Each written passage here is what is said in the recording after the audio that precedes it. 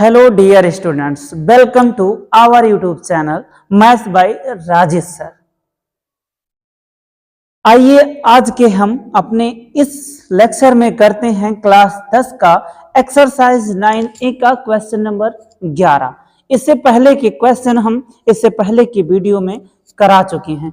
यदि आप चैनल पर नए हैं तो प्लीज YouTube पे जाइए, सर्च करिए मैथ्स बाय राजेश सर, वहां पे प्लेलिस्ट का ऑप्शन मिलेगा, प्लेलिस्ट पे जाइए और वहां पर देखिए इस एक्सरसाइज के पुराने सवालों को पहले, फिर आइए इन सवालों पर, सवाल नंबर 11 पर। ठीक है, देखिए आज हम देखते हैं सवाल नंबर अपना 11। ये क्या कहता है, एक हवाई जहाज से किसी सड़क पर एक ही ओर स्थित दो गांव के अवनमन कोण 45 अंश और 60 अंश देखे गए। यदि गांव के बीच की दूरी 2 किलोमीटर हो तो हवाई जहाज की ऊंचाई ज्ञात कीजिए। हमको हवाई जहाज की ऊंचाई ज्ञात करनी है।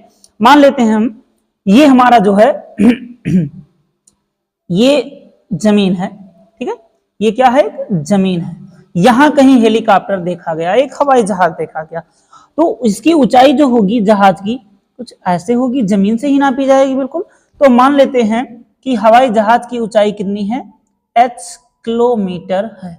ने मान लिया हवाई जहाज की ऊंचाई h किलोमीटर है और दो गांव हैं। एक गांव को हमने कह दिया A और दूसरे गांव को कह दिया B। ये दो गांव हैं जो जहाज से क्रमशः 45 अंश और 60 अंश के अवनमन कोण पर है। ये कोण कितना है, 45 अंश है और ये कोण है 60 अंश।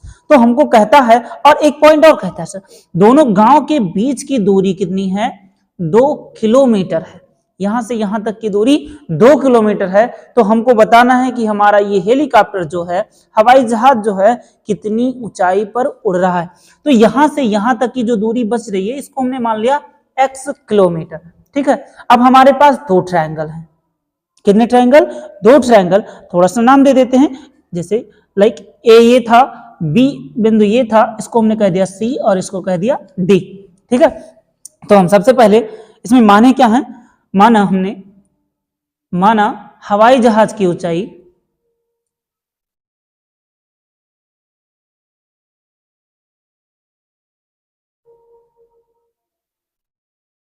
बराबर h किलोमीटर।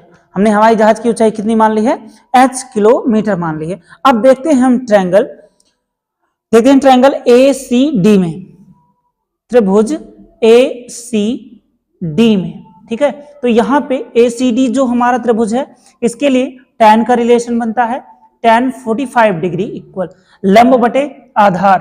लंब की वैल्यू h, आधार हमारा 2 किलोमीटर यहाँ और x किलोमीटर यहाँ, तो कितना हो जाएगा 2 + x। क्लियर। अब आइए tan 45 डिग्री की वैल्यू देखते हैं। tan 45 डिग्री की वैल्यू होती है 1h/2 + x। इसका गुणा इसके साथ हो जाएगा, तो यहां से हमारे पास आ जाएगा h = 2 + x। ठीक है, इसको हमने कह दिया समीकरण 1। अब आइए दूसरे ट्रायंगल में देखते हैं, ट्रायंगल BCD में। ठीक है, इस वाले त्रिभुज में देखते हैं, तो यहां भी हमारा रिलेशन बनेगा tan 60 डिग्री का। tan 60 डिग्री इक्वल h/x हो जाएगा। ठीक, tan 60 अंश की वैल्यू होती है और √3 इक्वल h/x। तो यहां से हमें x की वैल्यू फाइंड आउट करनी है, तो x बराबर कितना हो जाएगा, h/√3। ठीक है, इतना क्लियर। इसको हम कह देते हैं समीकरण 2। ठीक, अब समीकरण 1 और 2 से देख लेते हैं। फ्रॉम इक्वेशन 1 एंड 2, समीकरण 1 और 2 से x की वैल्यू हम यहां रख देते हैं, तो ये हमारा हो जाएगा h = 2 + h/√3। ठीक है, क्लियर इतना जी, बिल्कुल क्लियर। आइए यहां पे हम थोड़ा सा इसको हल करते हैं, इसका एलसीएम ले लेते हैं और √3 को इधर भेज देते हैं, फिर क्या होता है देखते हैं। यहां पे एलसीएम लेंगे, h इक्वल हमारा हो जाएगा ये 2√3 प्लस का h/√3। इस √3 को इधर भेज देंगे, तो ये हो जाएगा हमारा √3h = 2√3 प्लस का h। क्लियर, इसके आगे आइए, इधर देखते हैं। अब हम इस h को इधर ले आते हैं, √3 माइनस का h, और कॉमन ले लेते हैं h को, √3h माइनस का h इक्वल कितना आ जाएगा 2√3। यहां से h हमने कॉमन ले लिया तो यह आया √3 माइनस 1 इक्वल 2√3। ठीक है, ये इधर मल्टीप्लाई है, उधर जाएगा डिवाइड हो जाएगा, देन h इक्वल हमारा आएगा 2√3 अपान का √3 माइनस 1। इतना क्लियर? अगर इतना क्लियर है तो आइए हम अब इसके कॉन्जुगेट से इसमें गुणा कर देते हैं। √3 प्लस 1 इसका कॉन्जुगेट होगा √3 प्लस 1। कॉन्जुगेट का मतलब उल्टा, ठीक है, हमने उल्टा से गुणा कर दिया, तो यहां से हमारा h बराबर निकल के आएगा √3 3 हो गया, और 3 2 जा 6 प्लस 2√3 अपान, ये हो जाएगा a² माइनस b², तो 3 माइनस का 1। h बराबर हमने यहां से 2 कॉमन ले लिया तो यह आया हमारा 3 प्लस √3 अपान का 2। ठीक, 2 से 2 कैंसिल, h बराबर हमारा आ गया 3 प्लस √3 की वैल्यू 1.73। ठीक है, और ये दोनों ऐड हो गया तो कितना आ जाएगा 4.73 किलोमीटर। और हमारे हवाई जहाज की ऊंचाई कितनी है 4.73 किलोमीटर की ऊंचाई पर हवाई जहाज उड़ रहा है। आई होप ये क्वेश्चन आपको अच्छे से समझ में आया होगा। यदि समझ में आया है तो आइए फिर हम आते हैं अपने अगले क्वेश्चन नंबर 12 पर। जी, हमारा क्वेश्चन नंबर 12 आपके सामने है। देखिए क्वेश्चन नंबर 12 क्या है, कहता क्या है, 1.5 मीटर लंबा एक लड़का 30 मीटर ऊंचे एक भवन से कुछ दूरी पर खड़ा है। एक 1.5 मीटर लंबा लड़का है जो 30 मीटर ऊंचे भवन से कुछ दूरी पर खड़ा है। आइए इस सवाल को हम इधर से देखते हैं। हमारे पास एक भवन है, ये इतना बड़ा एक भवन है, ये कितना मीटर ऊंचा है 30 मीटर ऊंचा है। भवन की ऊंचाई कितनी है 30 मीटर है। ठीक है, यहां से यहां तक 30 मीटर ऊंचा भवन है। अब कहता है कि 1.5 मीटर ऊंचा एक लड़का है। कितना ऊंचा है, ये जमीन होगा, जमीन से ही तो 1.5 मीटर होगा। 1.5 मीटर ऊंचा एक लड़का है, खड़ा है जो। ठीक है, आगे देखिए, जब वह ऊंचे भवन की ओर जाता है, कहां आता है ऊंचे भवन की ओर आता है, तब उसकी आंख से भवन के शिखर का उन्नयन कोण 30 अंश से 60 अंश हो जाता है। ये लड़का जब चलेगा सर, भवन तक ही इतना ही बड़ा रहेगा ना, कि बीच में साइज घटे बढ़ेगी तो नहीं, जितना बड़ा है 1.5 मीटर उतना ही रहेगा, भवन के पास तक जाएगा वहां तक। ठीक है, तो ये लड़का जब यहां था तब इसका अवनमन कोण कितना था, उन्नयन कोण कितना था 30 अंश था। पहले 30 अंश था, लेकिन वो कुछ दूरी चला, कितनी दूरी चला पता नहीं, लेकिन उसका उन्नयन कोण 30 के बजाय कितना हो गया 60 अंश हो गया। 60 अंश हो जाता है तो बताइए कि वह भवन की ओर कितनी दूरी तक चला। हमको यह बताना है कि यहां से यहां तक इसने जो डिस्टेंस तय किया है, ये डिस्टेंस कितना होगा, हमको ये बताना है। ठीक है, ये डिस्टेंस बताना है हमको, तो हम इसको मान लेते हैं कि यहां से यहां तक चली गई दूरी कितनी है d, और पूरी दूरी को, ये जो इतना पूरा दूरी है इसको मान लेते हैं x, तो इतना बचेगा तो कितना हो जाएगा x माइनस का d, इतनी दूरी हो जाएगी। यहां पे 30 मीटर भवन की टोटल ऊंचाई थी, लेकिन बच्चे की हाइट कम हुई तो यहां से यहां तक की दूरी कितनी हो जाएगी, यहां से यहां तक की दूरी जो हमारी होगी वो हो जाएगी 28.5 मीटर। बच्चे की ऊंचाई घट जाएगी। क्लियर है इतना? आइए इसके बाद हम देखते हैं, इसको थोड़ा सा नाम दे देते हैं। इस बिंदु को हमने कह दिया A, इसको कह देते हैं B, इस वाले बिंदु को, और इसको कह देते हैं C, और ये वाले बिंदु को कह देते हैं, ये कौन सा बिंदु है D। अब हमारे पास 2 ट्रायंगल हैं और 2 अज्ञात राशियां हैं x और d, हमें दोनों को फाइंड आउट करना है। तो सबसे पहले हम ले लेते हैं ट्रायंगल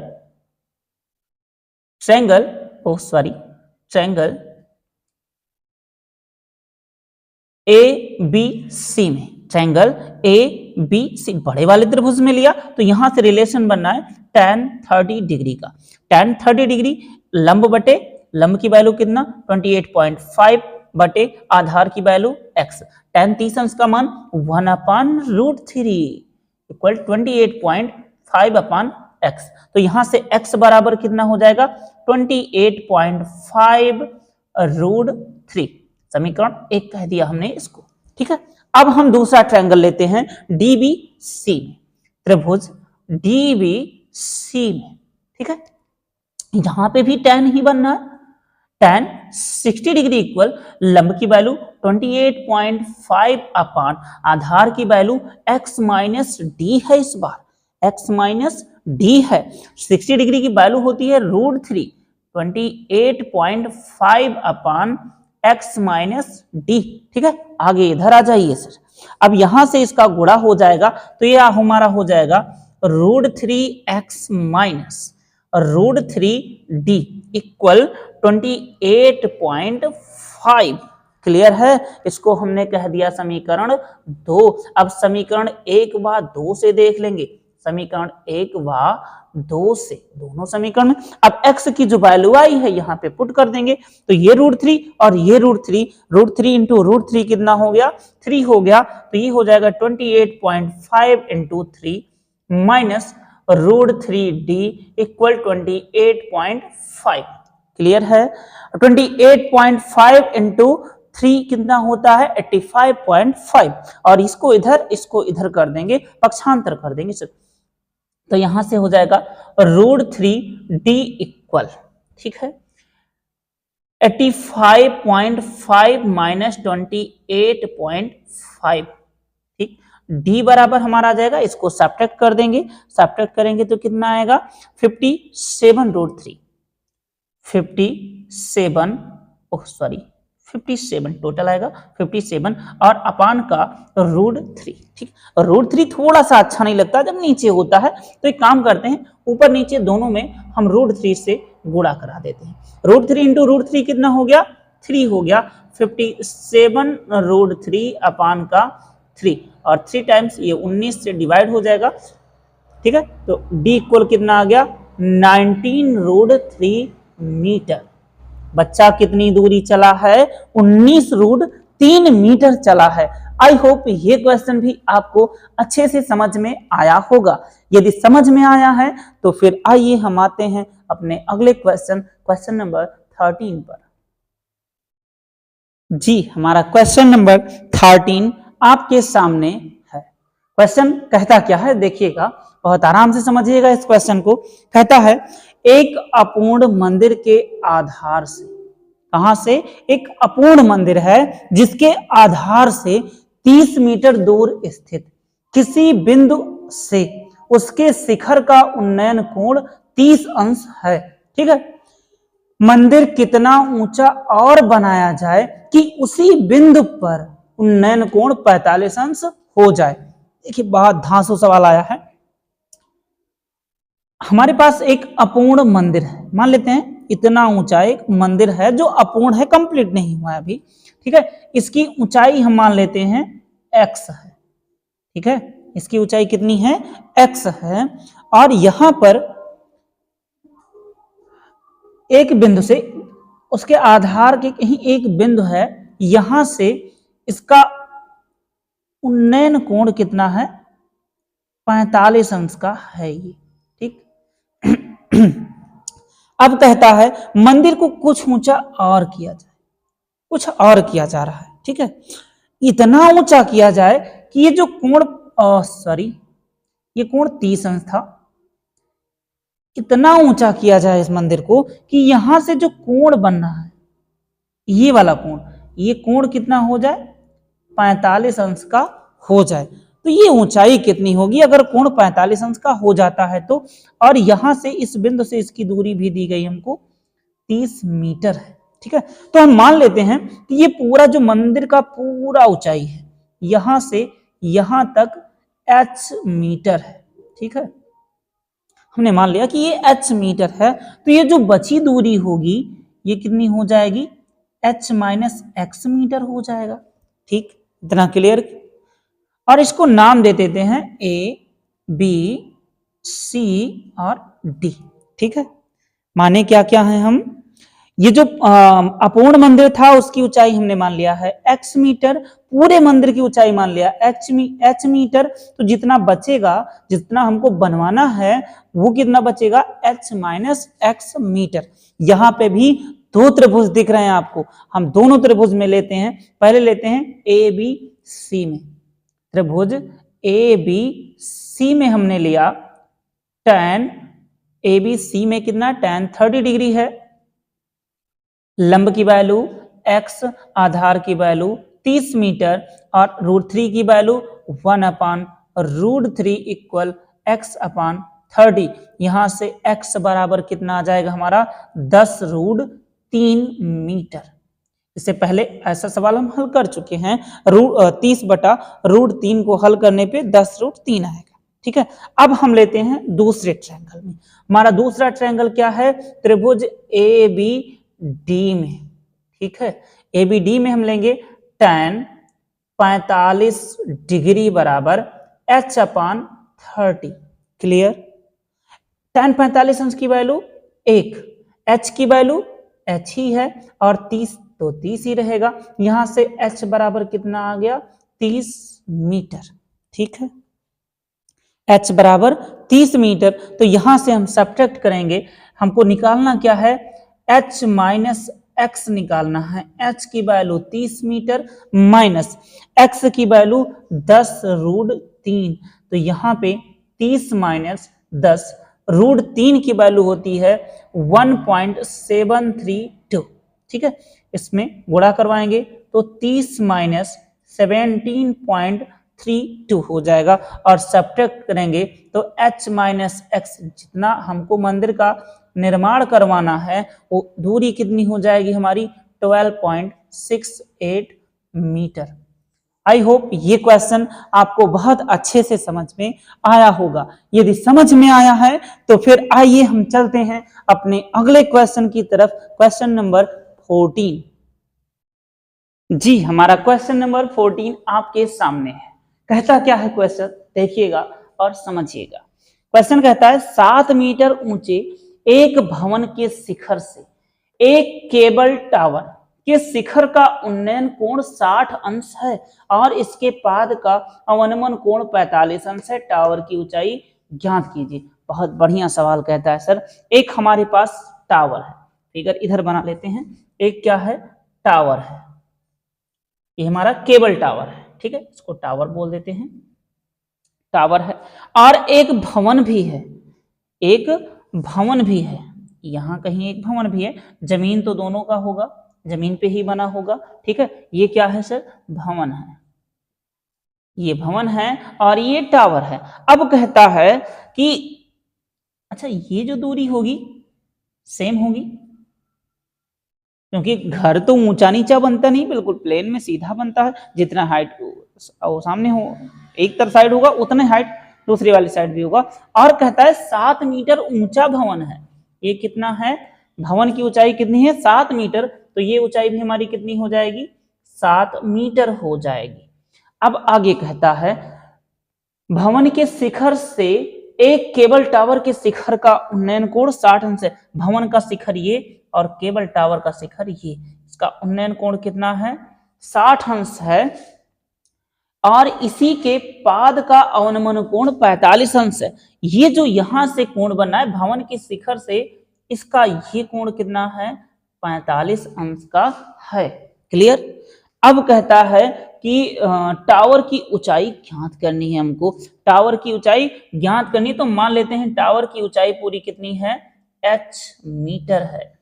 टावर की पूरी ऊंचाई हमने कितना मान लिया, h मीटर। तो ये जो जितना बच रहा है ये कितना हो जाएगा, पूरा h है, इतना 7 है, तो ये हो जाएगा हमारा h माइनस का 7। क्लियर है। हम मान लेते हैं यहां, माना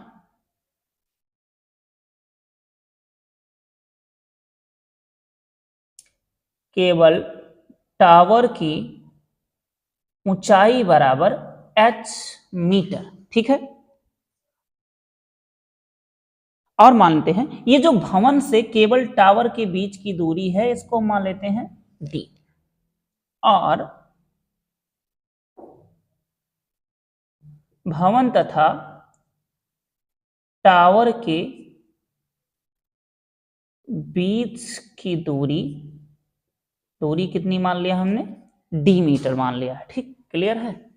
अब आइए थोड़ा सा इसको नाम दे देते हैं, नाम दे देते हैं। इसको हमने कह दिया ए, इस बिंदु को ए, इस वाले बिंदु को कह देते हैं बी, ठीक, इसको कह देते हैं सी, और जो यहां है इसको हमने कह दिया डी। नाम क्लियर है। अब इस सवाल को हम हल करना शुरू करेंगे। सबसे पहले हम लेते हैं त्रिभुज ए बी सी में, ए बी सी में tan का रिलेशन है, tan 60 डिग्री, tan 60 डिग्री बराबर होता लंब बटे आधार। लंब की वैल्यू कितनी, h माइनस 7, आधार की वैल्यू d, tan 60 डिग्री की वैल्यू √3 h माइनस 7 अपान डी। तो यहां से d बराबर कितना आ जाएगा, यहां से d बराबर हमें मिल जाएगा, d बराबर h माइनस 7 अपान √3। क्लियर, इसको हमने कह दिया समीकरण 1। अब आगे इधर देखिए, हम अब लेते हैं त्रिभुज ए बी डी में। त्रिभुज ए बी डी में लेंगे tan 45 डिग्री, tan 45 डिग्री बराबर 7 बटे डी। ठीक है, tan 45 अंश का मान 1, 7 बटे डी हो जाएगा, तो डी बराबर कितना हो गया, 7। इसको हमने कह दिया समीकरण 2। अब देख लेंगे हम समीकरण 1 व 2 से, फ्रॉम इक्वेशन 1 एंड 2। समीकरण 1 व 2 से देखेंगे तो ये 7 के बराबर हो जाएगा। डी की वैल्यू 7 रख दी हमने, h माइनस 7 अपान का √3। अब इसको हल करना शुरू करते हैं। ठीक है, यहाँ √3 से गुणा हो जाएगा, h माइनस 7 इक्वल 7√3। ठीक, इस 7 को हम उधर भेज देंगे, h बराबर हमारा हो जाएगा 7√3 माइनस का 7, हमने 7 को कॉमन ले लिया, सॉरी इधर माइनस था उधर जाएगा प्लस हो जाएगा। हमने 7 को कॉमन ले लिया यहां से, तो ये मिला √3 प्लस का 1 मीटर, और यही हमारी क्या है, उस टावर की ऊंचाई है। आई होप ये क्वेश्चन भी आपको अच्छे से समझ में आया होगा।